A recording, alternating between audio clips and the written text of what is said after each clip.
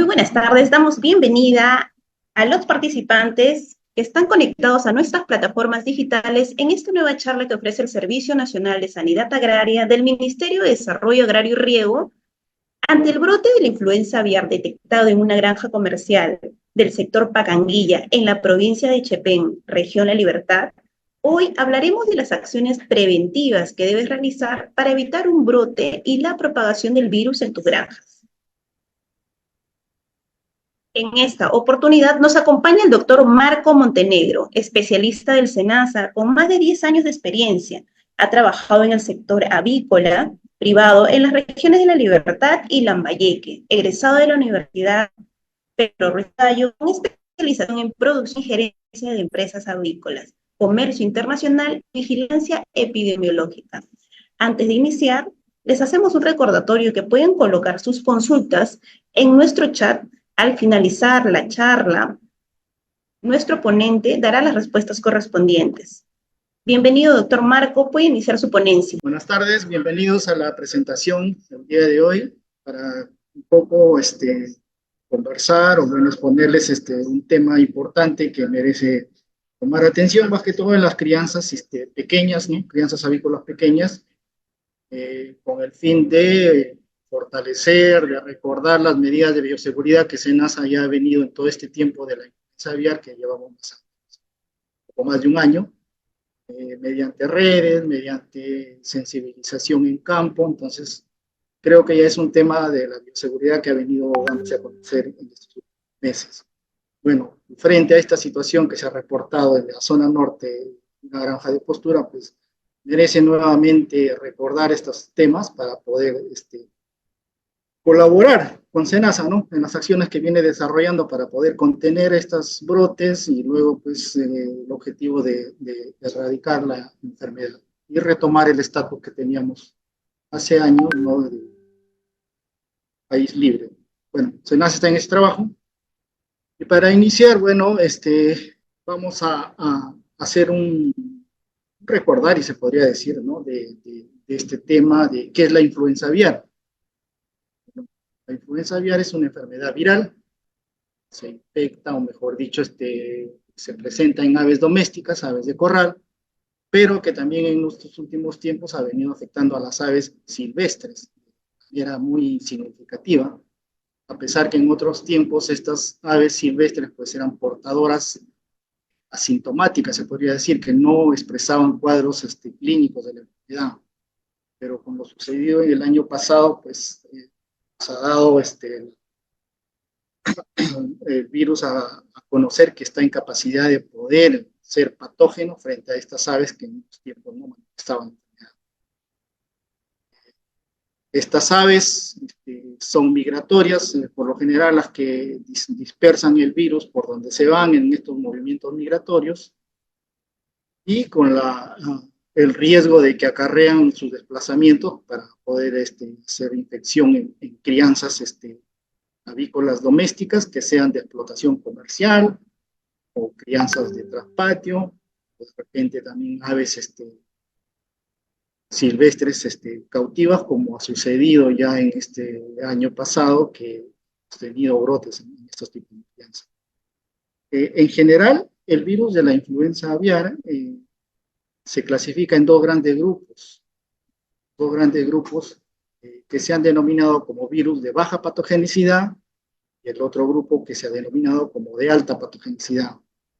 El de baja patogenicidad, pues son virus que al infectar un ave no manifiestan un cuadro grave de enfermedad y según las especies, algunas pasa desapercibida esta infección.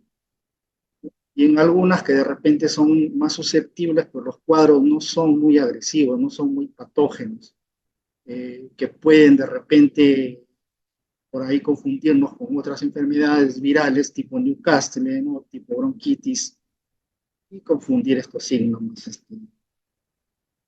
En cambio, la de alta patogenicidad sí es un cuadro muy agresivo, que una vez que el virus ingresa a una crianza, pues la morbilidad o el contagio es altísimo, tan igual como la mortalidad, que podría llegar hasta un 100% de la crianza. Y en lo que nosotros en nuestra realidad ahora tenemos trabajando para contener estos focos, pues el virus que tenemos es de alta patogenicidad, detectado inicialmente en aves silvestres, ¿no? Luego en traspatios y luego por ahí en crianzas comerciales.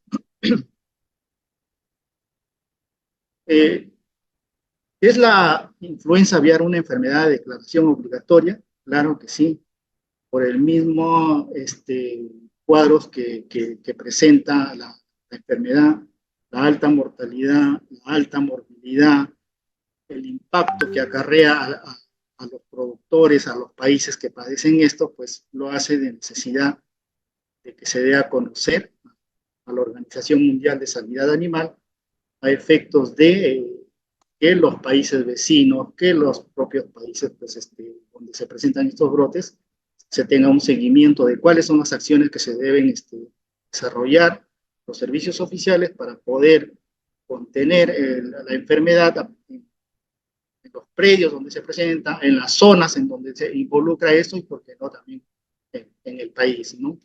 Para que todos los países vecinos de la región, en general, el contexto global, pues tomen las acciones que sean necesarias, que están dirigidas por la OMS, para poder lograr nuevamente los estatus sanitarios que se requieren y para que puedan armonizarse pues, los protocolos de intercambios comerciales. Es por esa razón que son enfermedades que se tienen que declarar a la OMSA.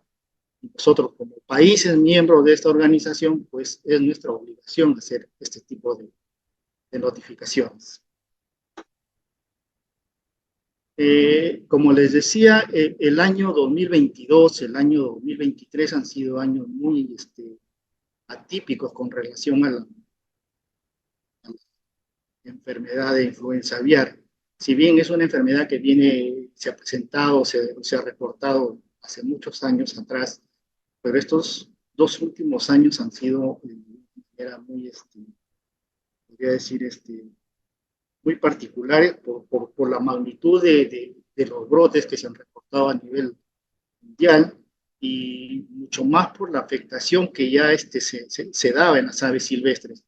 Como les decía antes, estas aves eran los reservorios de los virus, no expresaban la enfermedad, la mortalidad. Esto venía a expresarse cuando estos tipos de aves infectaban a las aves domésticas. En estos últimos años, pues el impacto ha sido tanto para la parte de aves domésticas como aves silvestres, y eso ha sido una realidad que nosotros hemos visto acá en el nivel de costa con mortalidad que se expresó en las aves guaneras, ¿no? Una magnitud nunca antes vistas, al menos acá en el país. Y luego también con lo que ha ido pasándose a otros tipos de especies, por ejemplo, como lobos marinos. Entonces esto ha desarrollado todo un conocimiento, una investigación que se viene desarrollando día a día con la finalidad pues de conocer más este comportamiento de enfermedad y del virus, ¿no? Tomando estrategias, diseñando de repente acciones de vigilancia, donde pues todos apuntan a un objetivo, restaurar lo más posible el estatus de país con bajas prevalencias o, por qué no, también la erradicación de la enfermedad. Este gráfico que les muestro se ha tomado recientemente de la publicación que hizo la OMSA en su página, y todo lo que ven ustedes ahí en color amarillo pues son los brotes que se han reportado el año 2023 solamente en aves domésticas. No he querido ponerlo de silvestre porque ya iba a ser mucho más impresionante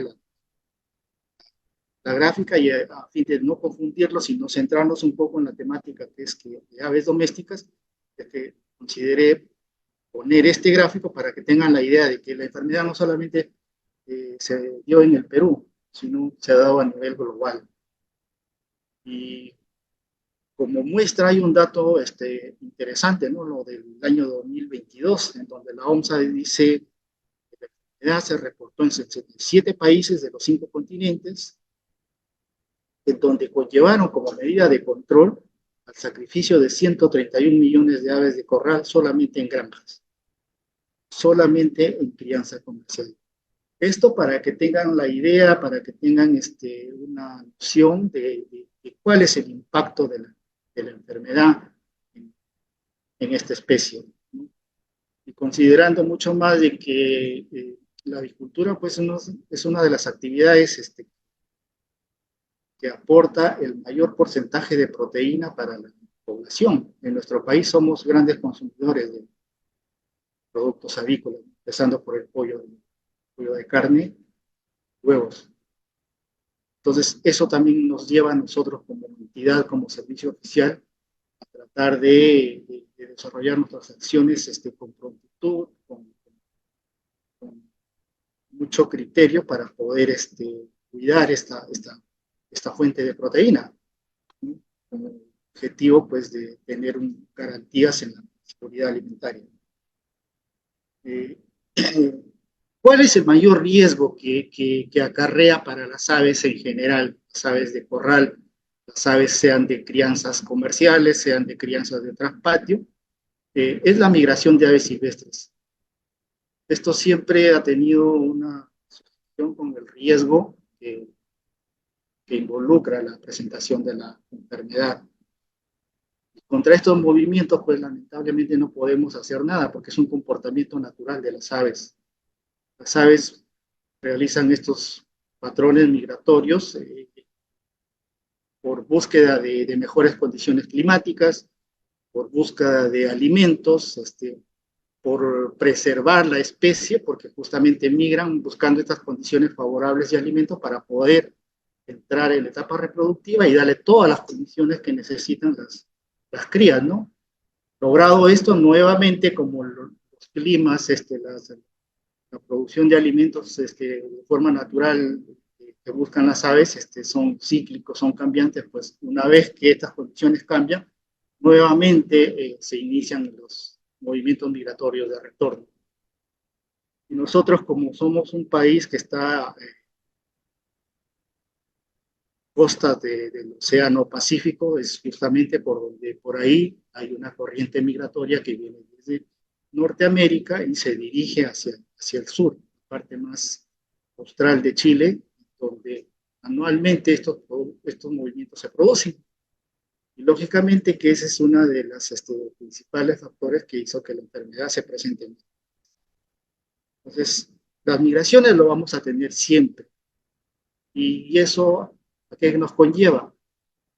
Productores, seamos de gran escala, de mediana escala o de baja escala, que quiero decir con esto, productores pequeños o de crianzas familiares, igual tenemos que cuidar la salud de nuestras aves. ¿Y cuáles son las mejores medidas para cuidar la salud de las aves? Son simples, son sencillas, que lo podemos hacer día a día, pero sí necesitan una contundencia, necesitan una disciplina para poder lograr sus objetivos.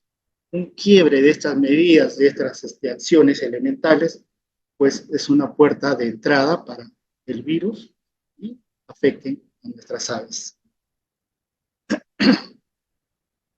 En este gráfico se muestra los movimientos, las corrientes migratorias. Como les decía, hay una principal que viene de América, Sudamérica, hay otras que vienen desde otros continentes, pero pasan también por parte de nuestro país, por nuestra región, y hay otras que se manifiestan también de forma interna, entre, digamos, costa y sierra, por ahí parte de selva. Entonces, si una ave viene a una zona, a un territorio donde de repente hay una circulación viral, pues puede movilizar estas cargas virales hacia otras zonas que de repente no se han presentado aún todavía casos.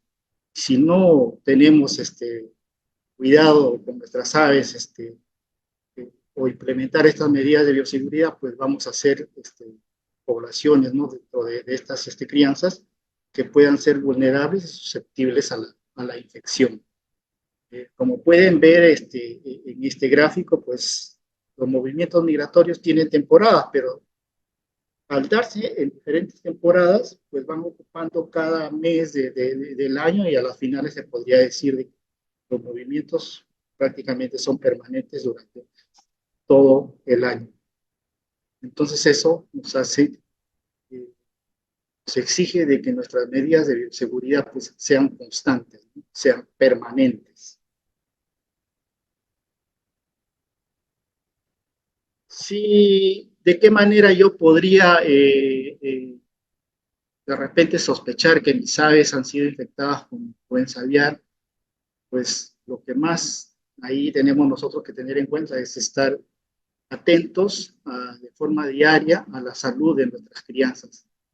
El comportamiento de las aves nos va a indicar quizás por ahí una sospecha, quizás por ahí ya una infección avanzada, ¿no? Y de repente si no hemos hecho la atención debida, pues vamos a llegar en un momento que ya encontramos de repente una alta mortalidad porque no estuvimos atentos a los primeros signos que podrían dar las aves, ¿no? Y dentro de la influenza, pues los signos clínicos y las lesiones son, no se podría decir que sean propias de la enfermedad, pero sí nos pueden dar un indicador de que podría estar pasando por ahí algo. ¿Y cuál es lo más inmediato que nosotros podríamos observar en la crianza? En general, las aves domésticas, cuando tienen un proceso de infección, sea por un agente patógeno viral o bacteriano, pues lo primero que expresan es eh, la caída del consumo de alimentos. Las aves dejan de comer, dejan de acercarse a los bebederos, hay postración, ¿no? La dificultad respiratoria es también uno de los signos que más regularmente se presenta en estos cuadros. La dificultad para respirar, las aves abren el pico, están, como se dice normal, en el campo, ¿no? Las aves boquean, jadean. Hay también una presencia de edemas, de hinchazón a nivel de la cabeza, de las crestas, de las barbillas de los animales. Hay lagrimeo, hay coloración cianótica o hemorrágica a nivel de las crestas, de las patas, ¿no? Como lesiones externas. Algunas aves expresan incoordinación, los movimientos son coordinados, y eso es lo que ha venido pasando en estos cuadros clínicos de influenza que hemos visto en nuestro país, tanto en las pelícanas como en las aves domésticas. La incoordinación ha sido muy marcada de las aves afectadas, ¿no? Ya cuando hay una lesión interna o hay la oportunidad de poder realizar en una necropsia los órganos, los tejidos internos, pues lo más marcado es la presencia de una inflamación de tipo hemorrágica en órganos parenquimatosos como el hígado, vaso, intestinos, ¿no? Pero eso lógicamente ya cuando hay un proceso de investigar el caso, que lógicamente tiene que hacerlo este caso personal, que tome las medidas cuidado de bioseguridad necesarias para la persona y también para evitar la dispersión de la enfermedad. A lo que voy con esto es que cuando una persona entre a su crianza, que debe ser a diario para evaluar el estado sanitario de sus aves, si encuentra alguna sospecha de enfermedad de los que hemos venido mencionando, pues aves postradas, aves con las plumas de repente erizadas, diarreas, eso es lo mejor, comunicar a SENASA para que vaya personal y atienda y haga toda esta investigación con base a necropsias y colecta de muestras. La transmisión de la enfermedad es de diferentes maneras, ¿no? En general puede ser por un contacto directo entre aves sanas y aves enfermas, puede ser a través de manera indirecta, de repente con un objeto contaminado, que normalmente a veces en las crianzas familiares, en las crianzas de traspatio, hay la costumbre de estar compartiendo de repente por ahí herramientas de crianza o equipos de crianza, ¿no? Herramientas de limpieza, herramientas de campo, el intercambio de animales, el visitar un corral vecino y luego regresar y crianza sin tomar las precauciones. de repente por ahí un vehículo que transitó por una zona infectada, o la misma persona que se fue de repente por un coliseo de gallos, o se fue a ver el corral del vecino y regresó, no tomó las desinfecciones necesarias para poder ingresar. Entonces son maneras de que voy yo dispersando y puedo atraer la enfermedad previo a mi crianza, ¿no? Hay una práctica también que es la de estar prestándose los alimentos de los animales, alimentos que de repente ya están contaminados, y yo tuve mi corral libre de la enfermedad. Por este mecanismo puedo yo acarrear la enfermedad. Entonces hay maneras muy diferentes de poder llevar el agente patógeno a mi crianza corral. Puedo también de repente ir al mercado, compro un ave que aparentemente lo veo sano, lo llevo, ingreso directamente con mis aves que ya tengo en crianza. Lo recomendable es, si voy a tener necesariamente esa ave que ingresara a mi corral, pues aislarlo por unos días de los otros animales que ya he venido observando día a día. Y lo mínimo es de repente un aislamiento de una semana o 2 semanas, porque son periodos de incubación que presenta la enfermedad. El ave puede estar infectada, pero la expresión del cuadro clínico de los primeros signos, pues acarrea un tiempo de que incube el virus, que replique para poder ya expresar enfermedad. Entonces, es una práctica que se recomienda mucho, que tendríamos que empezar a hacerlo, ¿no? Aves que van a ingresar por primera vez a nuestro predio, pues aislarlo de las que ya hemos venido nosotros atendiendo. Mucho cuidado con el alimento, que el alimento no esté expuesto, que el agua sea también una fuente protegida, sean frescas, ¿no? Son, como les dije, prácticas que pueden parecer insignificativas, pero que aportan mucho al cuidado y a la prevención de la enfermedad. El impacto, como ya les había dicho, es grande de la influenza.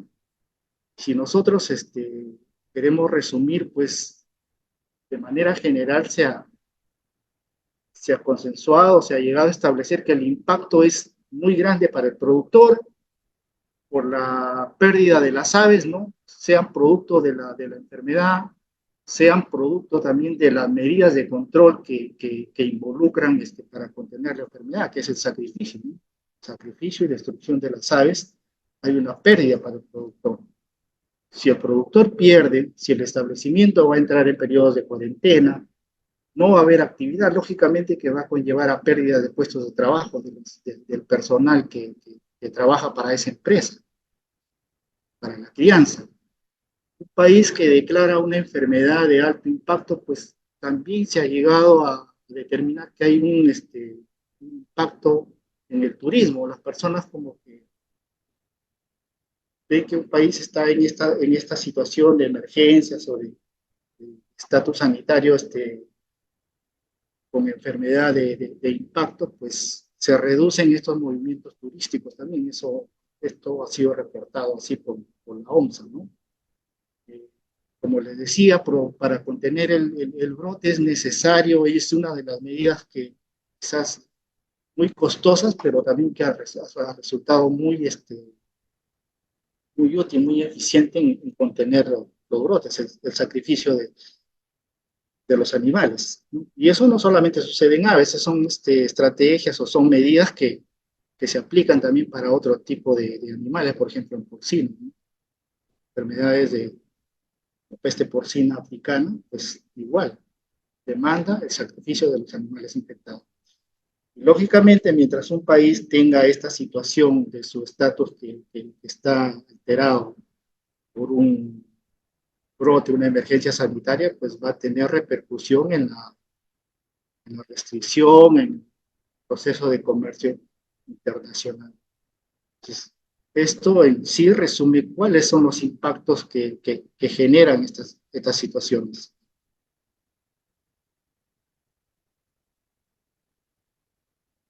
Dentro ya de la situación global de la influenza, pues acá también hay otro mapa que les muestra en rojo cuáles son los países, las partes de algunos continentes que ya se han reportado con brotes de la enfermedad los últimos años, y por ahí los que, bueno, aún permanecen con situación de enfermedad ausente en su país. Pero de manera general, pues la enfermedad se ha manifestado de manera global.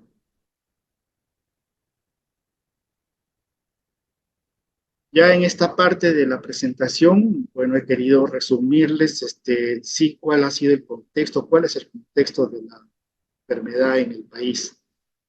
De manera resumida, una cronología, cómo se presentó la enfermedad. Les decía, apareció, se detectó en pelícanos, noviembre de 2022, hecho que conllevó a SENASA a declarar un estado de alerta sanitaria, ¿no? Por 180 días, que sin embargo a los pocos días nomás ya el sistema de vigilancia logró detectar animales con signos de sospecha de la enfermedad, tomó las muestras y bueno, resultó positivo. Recuerdo que eso fue el primer caso en Lambayeque, en una crianza de traspatio de patos, ¿no? Este hecho inmediatamente conllevó a SENASA que se declare una emergencia sanitaria. Emergencia con la finalidad de que le permita establecer medidas sanitarias, contener esta situación, para poder también implementar quizás normativas que por el momento no estaban declaradas en nuestro país. Entonces, todo esto conllevó el primer caso que se presentó. Luego esta emergencia fue extendida por todo el año 2023, dentro de la cual pues comenzamos ya como entidad a tener que tomar decisiones, ¿no? Para poder afrontar esta situación. Y dentro de ello pues ha sido la vacunación que está dirigida a crianzas comerciales de aves de larga vida, son las reproductoras, postura comercial. También ya se aceptó la vacunación en pavos de engorde, patos de engorde, y también dentro de los lineamientos de esta vacunación se incluyó a los gallos de pelea. Producto de toda esta situación, se notó que hubo una respuesta favorable con estas medidas, pero que sin embargo ameritan todavía seguir trabajando, ¿no? En temas de vigilancia, en temas de control, por casos que se podrían presentar, como sucedió ahora en el norte. Y eso conllevó a que en este año pues, se sigan manteniendo estas medidas de vacunación y otras que se establecieron en el periodo de cuarentena, cuales se oficializaron a través de una resolución que está vigente, en donde se indican todas las medidas sanitarias que SENASA ha declarado para el presente año.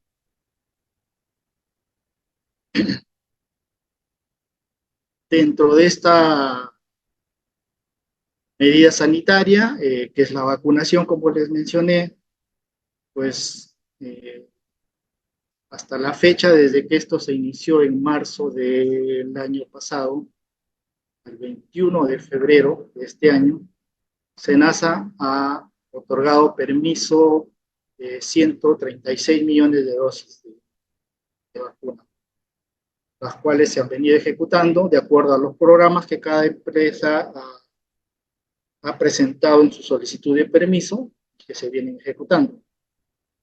De estos permisos que se han otorgado y esta cantidad de dosis, pues el 77% ya ha sido aplicada en las aves a las cuales se está dirigida.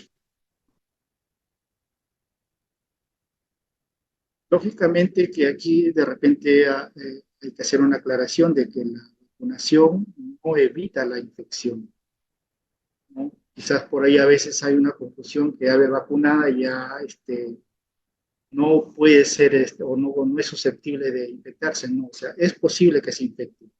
Lo que la vacunación hace es de que si el ave llegara a afectarse, pues el cuadro patológico sea leve, no severo como podría ser en un ave no vacunada. Por lo tanto, esto pues se traduce en menores pérdidas para el productor, ¿no? A tener consideración. Dentro de los casos positivos, hay un resumen que les muestro del año 2022, del año 2023 y en lo que va del año 2024. El año 2022, desde que se inició esta situación, cerramos con 52 casos. Los mayores casos reportados en aves silvestres, como ven, 32 casos de traspatio fueron 13, crianzas comerciales de pato 1 y de pavo 2. Fue en el año 2022. El año 2023, los casos acumulados suman 272, siendo el traspatio en donde se presentaron la mayor cantidad de casos, ¿no? 225, seguido de aves silvestres y luego por ahí con aves de combate y crianzas comerciales. En lo que vamos de este año hay 7 casos según el sistema de vigilancia que ha logrado detectar. Bueno, esperamos que esto se mantenga así con una tendencia mucho menor a lo que comparativamente fue el año pasado.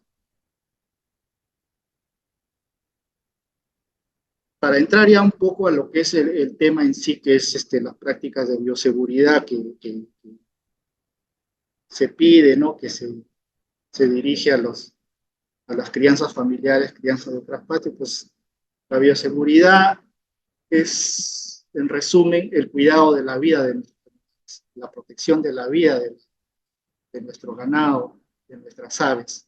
Así como en un momento, tema de COVID nos pedían por bioseguridad, aislamiento, por bioseguridad, lavado de manos, es justamente por eso, por el cuidado de nuestra vida, a fin de evitar la infección. Casi es el mismo principio, o es el mismo principio en este caso de las aves. Las prácticas de bioseguridad se hacen para prevenir el ingreso de una enfermedad a nuestra crianza. Si esto aún así se llegaran a infectar, pues con estas medidas contener dentro de este mismo predio la enfermedad y evitar que esto se disemine a otro predio, que se disemine a otra zona, a otra región, se magnifique. Entonces, este es el objetivo de las prácticas de bioseguridad. Y lo que vamos a ver más adelante son, como les decía, son acciones sencillas, son acciones sencillas, pero de gran aporte para el cuidado de nuestras aves. La OMSA da una definición de bioseguridad, es el conjunto de medidas físicas y de gestión diseñadas para reducir el riesgo de introducción y propagación de enfermedades o infecciones, ¿no? Eso es, en síntesis, lo que es el concepto de bioseguridad. Y dentro de estas medidas, pues, hay unas que son de gran aporte, que de repente el no cumplirlas o un quiebre en esto, pues, significa de una manera muy grande el riesgo que pueda acarrear hasta nuestras crianzas, ¿no? Siempre lo que dentro de las medidas de bioseguridad se busca es evitar el contacto de aves de mi crianza con aves vecinas, con aves quizás que silvestres que por ahí puedan ser atraídas por algunas malas prácticas que esté haciendo dentro de mi crianza, ¿no? De repente por no tener cuidado en el alimento, por no tener condiciones de limpieza. Entonces, todas esas situaciones me van a traer la posibilidad de infección de los animales. Y dentro de esto, pues, he querido plasmar todo este trabajo de bioseguridad elemental dirigido para este tipo de crianzas en seis pasos que existe en varias prácticas ya que se han dado resultados no cuantificados, de que son medidas indispensables, se podría decir. El mantener las aves encerradas para que no tomen contacto con aves silvestres. Esto es lo que les venía diciendo. ¿Y esto cómo lo puedo lograr en mi corral? Lo puedo lograr simplemente con colocar una malla y mantener a mis aves ahí, no expuestas a aves silvestres que son las que están ocasionando los problemas, ¿no? Las que tienen las cargas virales que podrían transmitir a nuestras aves. El enmallado del corral, el enmallado del galpón, el tener las aves bajo un techo, bajo un área cerrada, ventilada, es de gran resultado para la prevención de las enfermedades.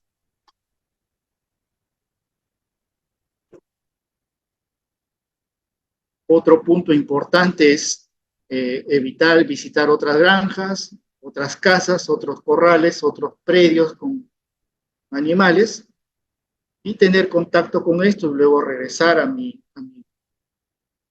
crianza. La salud de las aves es tan importante como cuidamos nuestra salud, pues también es necesario cuidar la salud de nuestros animales, considerando de que hay enfermedades de los animales que puedan pasar a las personas y de las personas a los animales, enfermedades zoonóticas. Influenza aviar, pues tiene esa posibilidad. Es un agente patógeno que tiene características de hacer una zoonosis. Vuelvo acá un poco ya a mencionar lo que venía diciéndoles, ¿no? Dentro de de evitar el contacto con otras aves de otras granjas, un contacto indirecto, compartiendo los equipos, compartiendo los utensilios, compartiendo las mismas aves, compartiendo alimento, que luego yo voy a llevar a mi predio, a mi corral, voy a estar ingresando quizás los agentes patógenos. Entonces, en esto es necesario, si hubiera la necesidad de que tengo que yo prestar un utensilio, una herramienta de crianza, vecino o algún familiar, pues cuando yo lo reciba de vuelta, tengo que asegurarme con limpiarlo y desinfectarlo, ¿no? Para poder nuevamente ingresarlo, quizás a trabajar dentro del área donde están mis animales. Si yo soy la persona también que de repente presto algún equipo, alguna herramienta, tengo que también, así mis aves no hayan estado de repente con signos, pues desinfectarlos antes de devolver. Estas son prácticas de bioseguridad, son prácticas preventivas. También la recomendación va para las personas que acá en nuestro país hay una afición grande por los coliseos de gallos. Entonces, si yo voy a un coliseo de gallos, tengo contacto con personas, tengo contacto con animales, ahí que va, hay una posibilidad, hay una probabilidad de que por ahí podría surgir una infección, ¿sabes? Porque yo regreso a mi casa, si no tomo el cuidado necesario de desinfectarme los zapatos antes de entrar al corral, cambiarme de ropa, tomar una ducha, si es que voy a entrar a atender a mis animales, pues existe esa posibilidad. Hay que comenzar a hacer esas prácticas, porque como les digo, son prácticas que determinan una situación sanitaria.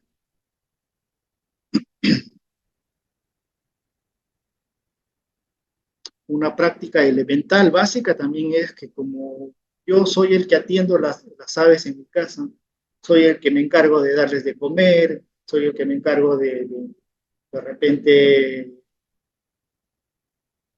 hacer limpieza, que tengo que hacer de repente alguna administración de algún medicamento o algún vitamínico, que es lo que a veces se hace en el caso de los gallos de pelea, pues tengo que tener un traje, un juego de ropas que sirva únicamente para la atención de mis animales.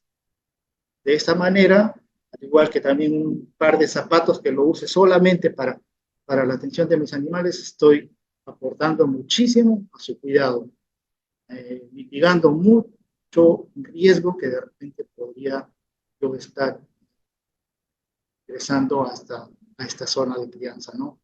Eh, Lavar estos zapatos o estas botas, esta ropa de vez en cuando, si es que solamente estoy utilizando en mi crianza y no saliendo hacia afuera. Igual hay que mantener estos trajes y estos zapatos con limpieza, con desinfección, antes de que yo me vaya a tener contacto con mis aves, si voy a tener que de repente coger las aves para la administración de algún medicamento o para cambiar de repente a otro corral, no sé, por diversos motivos, yo tengo que entrar al corral con las manos lavadas, manos limpias, ¿no? Para no quizás transmitirles alguna patógeno. Y esto pues es una práctica que le hemos venido haciendo en estos temas de COVID, y por qué no continuar haciéndolo por el cuidado de mis animales y frente a este contexto de la influenza aviar.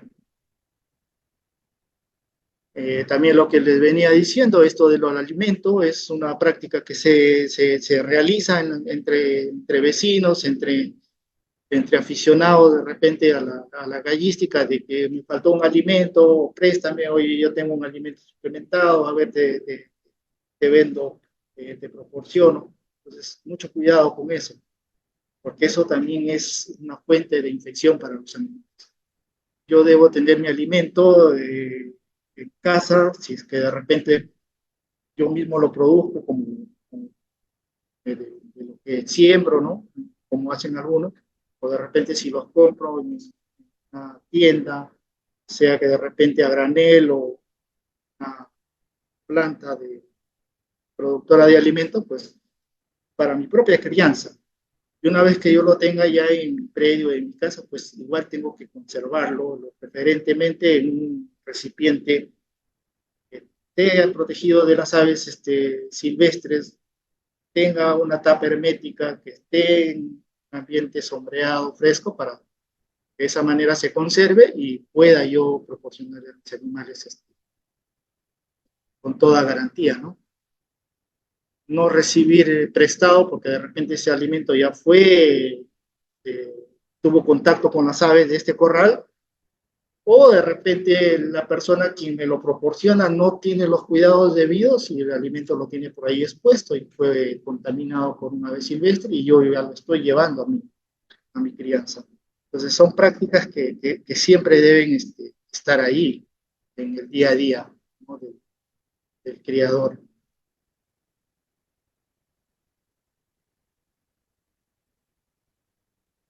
Y lo que les decía para el tema de detectar una posible infección, pues hay que estar a diario revisando, mirando los animales, cómo, cómo los estoy dejando ahora, cómo amanecen mañana, por la tarde, cómo de repente están exponiéndose para dormir. Las aves tienen comportamientos que dicen mucho. Las aves tienen horarios de que buscan el alimento antes de ir ya para dormir, ¿no?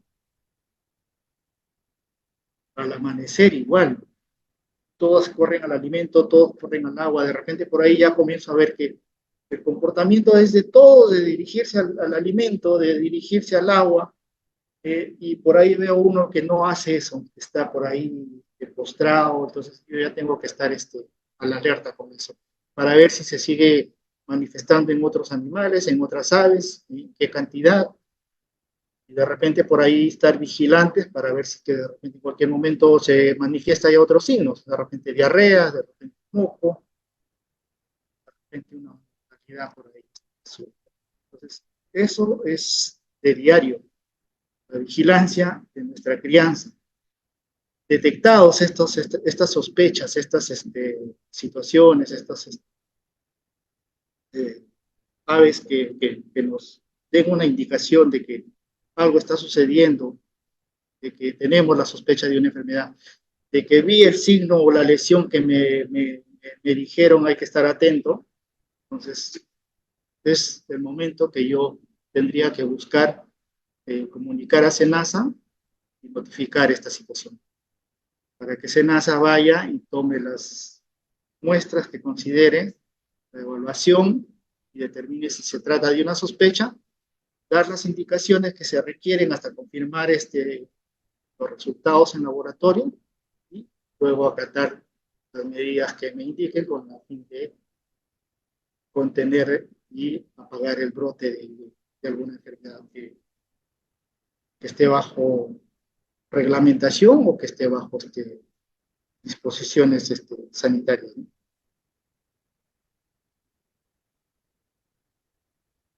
Y como último, actividad que eso también es de vital importancia, ¿no? Es la limpieza y desinfección de los corrales. Los corrales siempre deben estar limpios. Debemos tener un programa de limpieza general que involucre todo el barrido de nuestro corral, la limpieza de los comederos, la limpieza de los bebederos, la desinfección de los utensilios, ¿no? La limpieza quizás de los reservorios de agua. O sea, son prácticas que podemos ir haciéndolo bajo un programa que nosotros mismos lo diseñemos, lo implementemos, de acuerdo a nuestras, de repente, tiempos que tenemos para la atención de nuestros animales. Puede ser de repente semanal, puede ser quincenal una desinfección, si es que todo va yendo bien, y de repente si es que por ahí hay el reporte de que un predio cercano, un predio vecino, un predio dentro del ámbito territorial de mi centro poblado, o algo que se ha dado a conocer, pues debería yo incidir más en estas prácticas para el cuidado de las aves. Así como les decía que nosotros buscamos cuidar nuestra salud, y cuidamos también no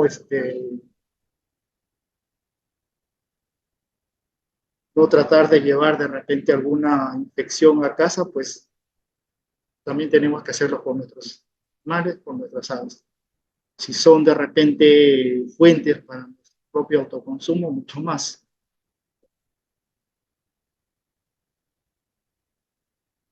Son prácticas, como le dije, que dan mucho aporte para mantener la salud de nuestras aves.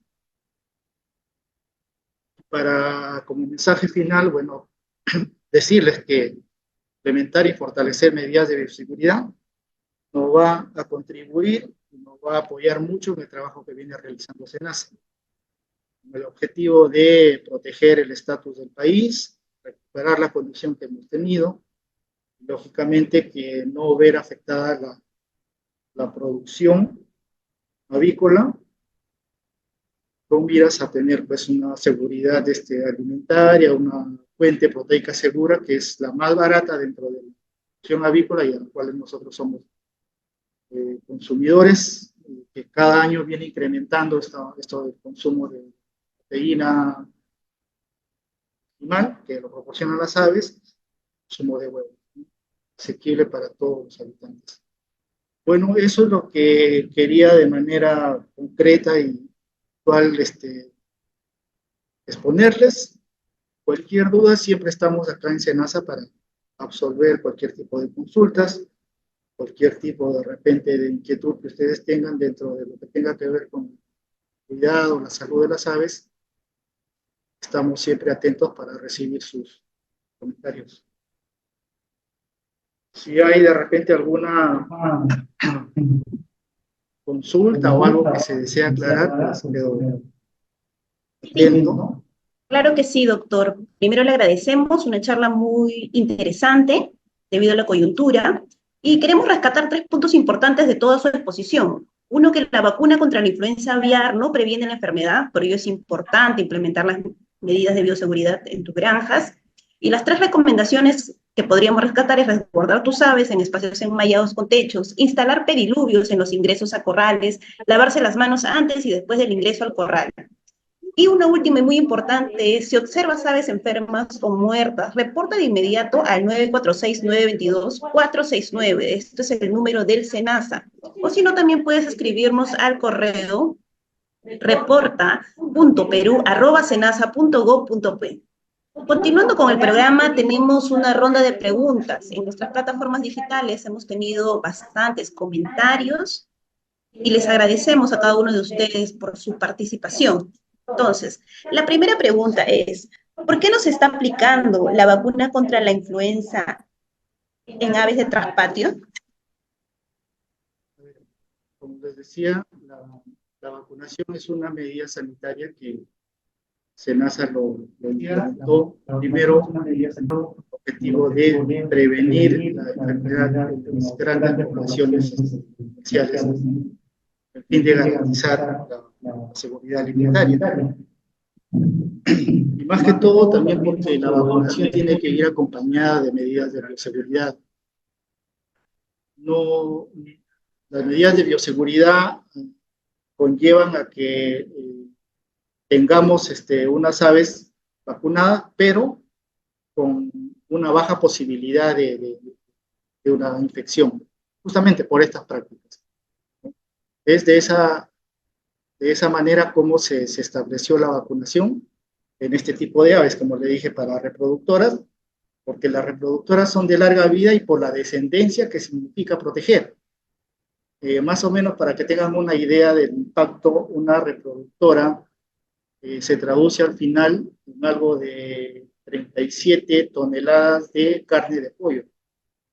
Si es que nosotros más o menos estimamos eso en la capacidad productiva de una reproductora y que se traduce al final en un pollo de carne. Entonces, empezando por ahí fue primero el cuidado de estas poblaciones. Y en el tema de las de traspatio, por un tema del propio comportamiento del virus, que es altamente mutable, pueda esto, de repente en poblaciones donde hay ausencia de bioseguridad, vacunar puede a largo plazo traer la oportunidad de que surjan nuevas subtipos por replicación del virus y por la mutación que pueda hacer, ¿no? ¿Esto por qué? Por dos situaciones puntuales. Por la ausencia o escasa bioseguridad que existe en este tipo de crianzas. Lo otro, por la variabilidad o de especies que existen dentro de un corral. Lo normal que en una crianza o en un predio de agricultura familiar es que encuentres aves de diferentes especies, patos, pavos, gallinas y también otras especies como porcinos, los cuales dentro de la cadena epidemiológica pues, de la influenza aviar es un riesgo tener este tipo de... Entonces, por el momento, eso es lo que SENASA dentro de una evaluación y estrategia epidemiológica considerado la vacunación en aves comerciales. Está también dirigida a gallos de pelea, pero por el momento no han solicitado permisos para vacunación porque lógicamente para que el permiso se extienda tiene que demostrarse primero que hay una ausencia de circulación viral en el predio. Ese es un requisito importantísimo. Muy bien, doctor. Tenemos otra pregunta. De las vacunas aprobadas por el SENASA, ¿cuántas y cuáles se están utilizando en campo? Bueno, desde que la medida fue implementada, se han registrado 12 vacunas, ¿no?, para ser utilizadas. Y de estas 12, pues son de dos tipos. 10 son vacunas inactivadas, 2 recombinantes. Las recombinantes para ser aplicadas en plantas de incubación. De estas 12, las que se han venido los productores solicitando los permisos refieren del uso de 10 vacunas, ¿no? De este grupo, de estas 12 registradas, según los permisos que se han extendido, los productores señalan 10 vacunas que vienen siendo utilizadas. Hay una última pregunta y nos dicen acá por Facebook. ¿Qué acuerdo se podría llegar junto a los municipios y actividad privada, agricultores, para ayudar a contener el brote y no se propague a otros predios? Bueno, muy buena pregunta. SENASA, desde que esta situación se dio, siempre ha buscado estar en articulación con otras entidades que tienen que ver en estos temas, ¿no? Del cuidado primero de la salud pública, el cuidado de la sanidad animal que está a nuestro cargo, y dentro de una de las acciones, por ejemplo, importantes para contención del virus, SENASA dispuso la disposición de los cadáveres de aves silvestres que se presentaban en el nivel del litoral. Y dentro de esto, pues ha habido articulación con las municipalidades. Ahora, si me dice qué es lo que podría para hacer, uno es disponer de repente, y está dentro de lo que les compete a las municipalidades, dentro de su la ley orgánica, el cuidado del medio ambiente, el cuidado de la salud pública, establecer zonas en donde rápidamente, ante un caso de influenza en una actividad comercial, en donde va a ser sacrificio, pues tener zonas en donde se van a destinar estos cadáveres con garantías sanitarias, ¿no? De repente tener ya establecido en qué zonas podría hacerse, cuál es la capacidad para poder de repente hacer esas fosas de entierro, también un tema de sensibilización con los productores de producción, ¿no? Incentivar las prácticas de bioseguridad. Yo creo que son cosas que se pueden trabajar con las municipalidades, ¿no? Temas de sensibilización, temas de disposición de las aves, en qué zonas, las municipalidades muy bien lo saben, por competencia, en donde se puede zonificar este tipo de terrenos, ¿no? Muy bien, doctor Marcos, cerramos la charla. Nos dicen por las plataformas digitales que repitamos cuál es el número de reporte. Entonces, los equipos de especialistas mantienen alerta ante cualquier reporte a nivel nacional y es por eso que les repetimos cuál es el número del celular, es el 946-922-469 o también nos pueden escribir al correo reporta.peru@senasa.gov.p. Agradecemos a cada uno de ustedes por su participación. Muchas gracias, doctor Marco, por su ponencia.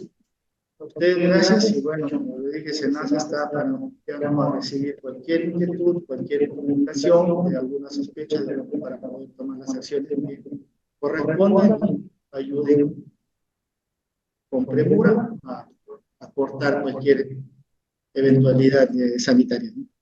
Gracias y que tengan buenas tardes. Gracias.